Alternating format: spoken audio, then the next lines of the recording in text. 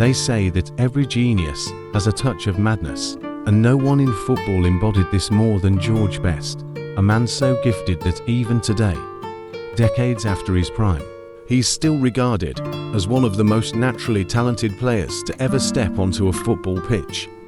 But for all his talent, there was a darker side, a side that led to a tragic fall from grace.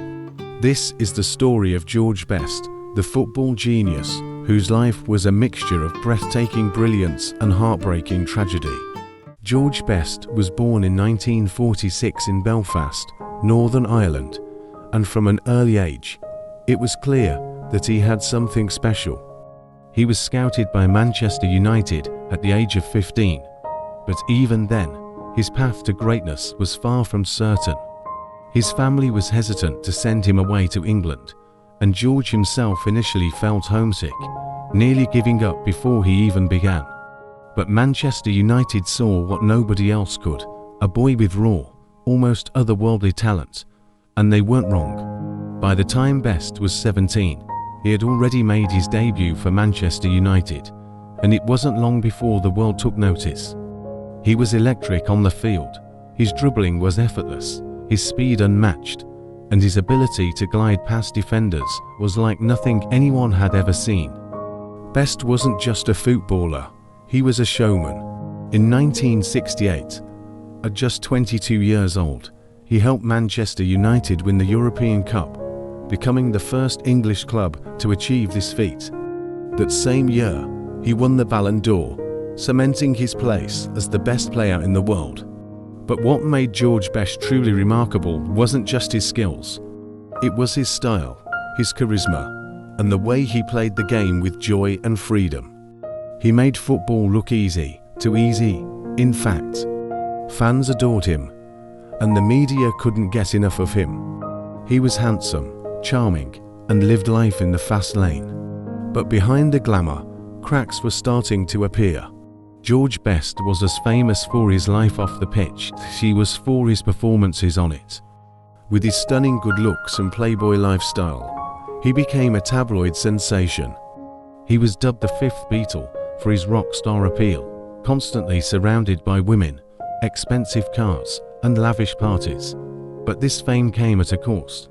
By the late 1960s, George had begun to struggle with alcohol. At first, it seemed like just another part of his celebrity persona, but it soon spiraled out of control. His drinking habits became a serious issue, and by the early 1970s, they were affecting his performances on the pitch.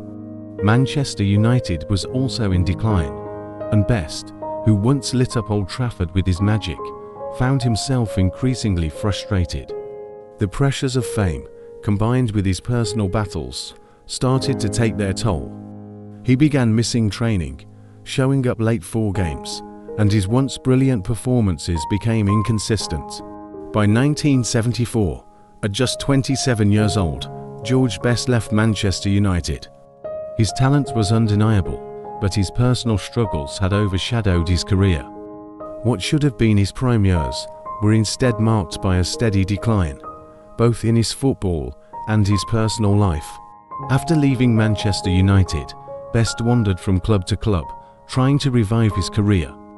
He played in the United States, Australia, and even back in Northern Ireland, but it was never the same. His brilliance would shine through occasionally, but the consistency was gone. Off the field, his battle with alcoholism only worsened. Best himself would later admit that he wasted much of his talent. He famously said, "I spent a lot of money on booze, birds, and fast cars. The rest I just squandered."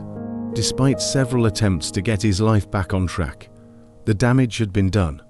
In 2002, Best underwent a liver transplant due to the years of heavy drinking, but even this couldn't save him. In 2005, George Best passed away at the age of 59, his life cut short by the very thing that had haunted him for so long. George Best remains one of the greatest footballers to ever play the game.